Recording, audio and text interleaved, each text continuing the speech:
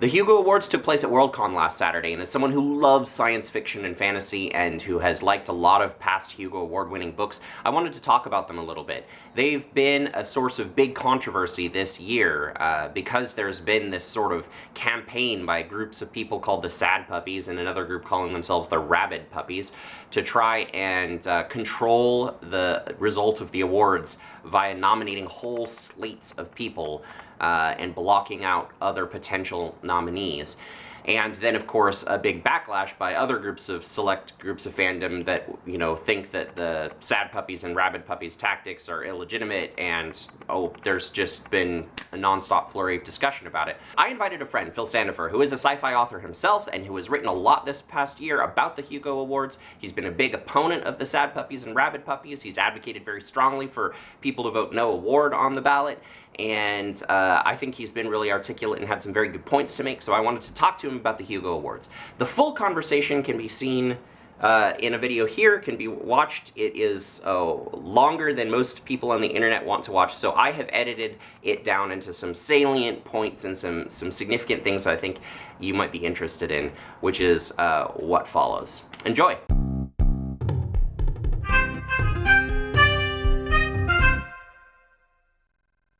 Torgerson is providing this sort of moderate front of, isn't it tragic how in the good old days you saw a novel with a spaceship on the cover and you knew you would get dashing tales of daring do, and now you get all these trite allegories about transgender people.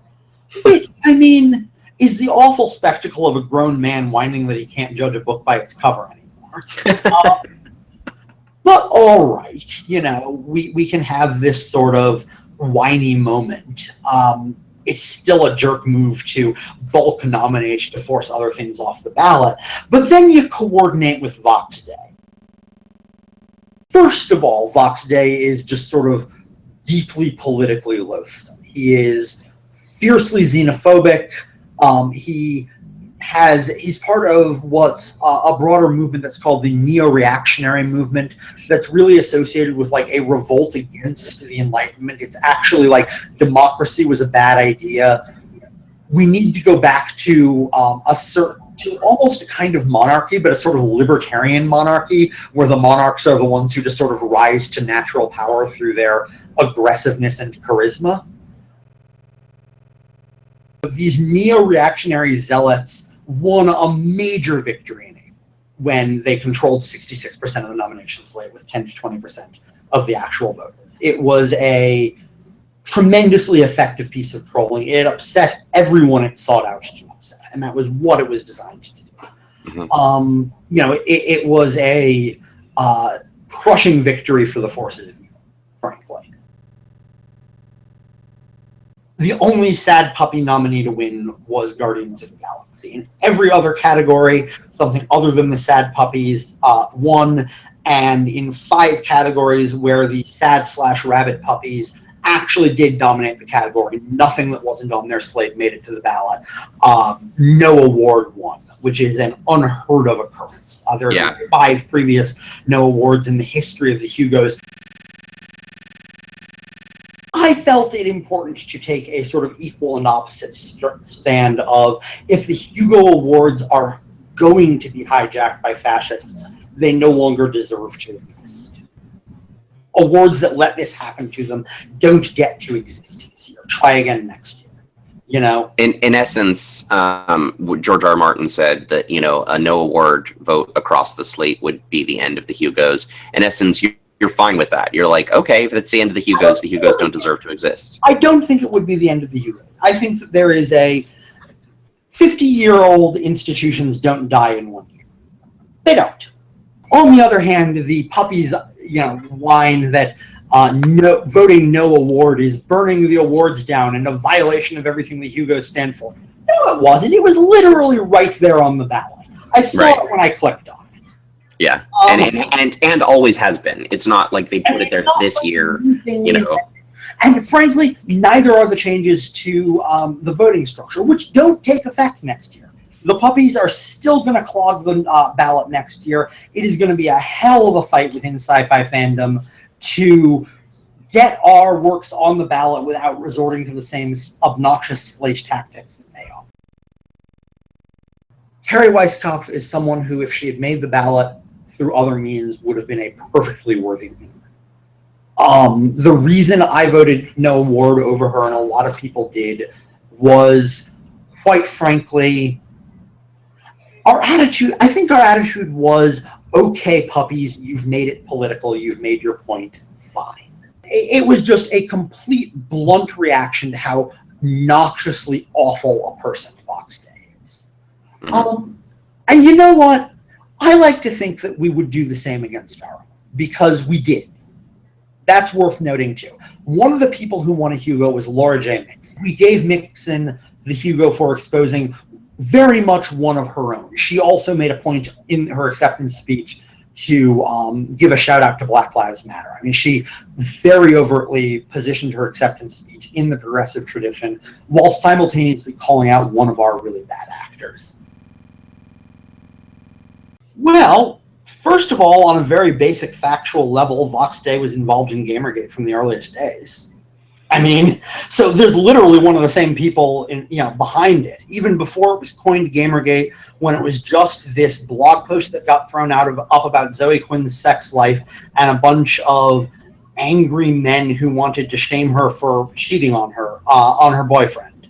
Vox Day was there and, really wanting to chase this down and use it as a moment to rebel against the social justice warriors in video gaming, as he viewed it. He was there in the earliest days. So it's literally the same people doing this, at least on some level. So, there is an overlap there. There is that consequence of it. But I think there is also a larger aspect to it, though it's a continual aspect. I mean, there's no historical moment where there isn't a tendency for a reactionary backlash over whatever social changes are going on right now.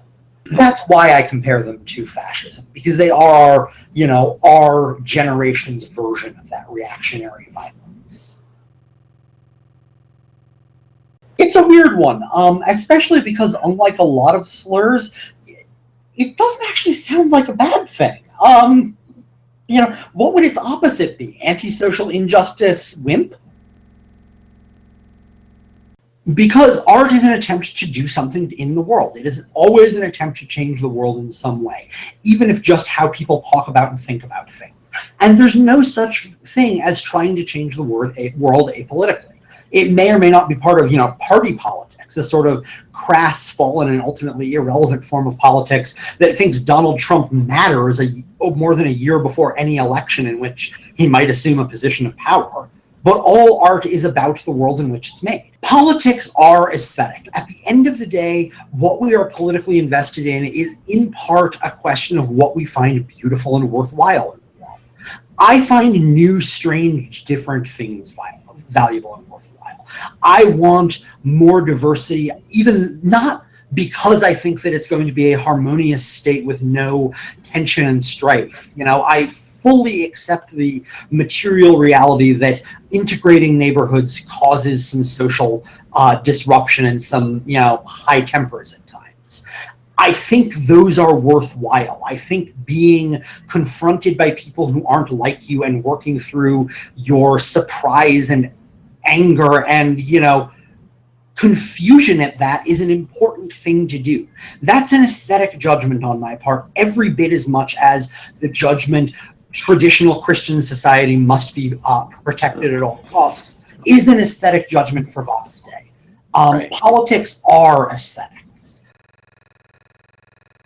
We've always imagined things other than ourselves. We've always told stories and tried to imagine situations that we couldn't actually experience.